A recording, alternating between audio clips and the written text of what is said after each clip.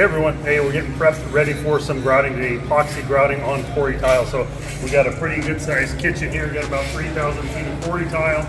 So we still have expansion joints that we need to make sure that we keep open. So we've gone through, we've taken a blade, cleaned out the joint, but now we want to make sure that we don't get epoxy into the joint. So what do? We can put backer rod in. So this is our closed cell backer rod. A couple ways we can put in backer rod. We can use a margin trowel. However, there's a problem with that. I'll explain here. We can just poke it in, but as we poke this in, a lot of times what happens is we poke holes with the sharp edge of the pointer into the closed cell backer rod. As we have holes in that and we put our sealant on top of it, sometimes that air will push back up through the sealant and leave a blister. So how do we avoid that? So get a tool like this, a screen spline tool. And so then we can just come back in here. We've got a nice clean joint underneath, cleaned out our thin set, put in a relief cut underneath just to be safe.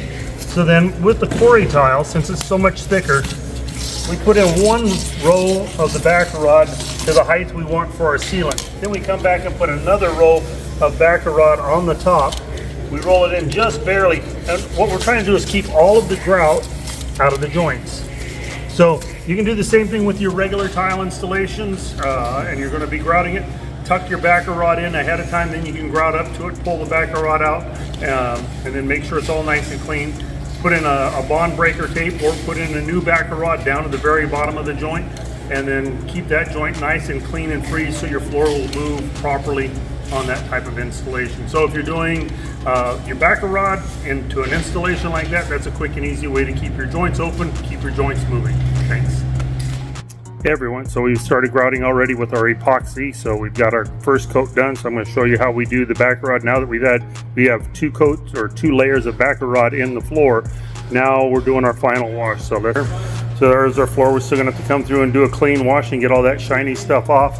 But here's our movement joint. There's our backer rod there. So now what we do is we come in here and we peel this top layer out. So now we get this out of the way. So our backer rod's out of the way, but we can still see we've damaged some of the joints by pulling this up. So now on our final wash, we're going to come through there and we're just going to smooth those out a little bit to make sure they're nice and clean and that we get that rough edge taken down. So there we go. This is hard as hell, that's why he lives in a hurry. So there we go, nice and clean. There's our backer rod down in there already installed. So guess what, now as soon as we're done, this is all dry. Now we're ready to put our sealant in there right after this. So it's a nice way to keep epoxy out of the joint and then also get you set up ready to go for your movement joints after that. So hopefully this tip helps you.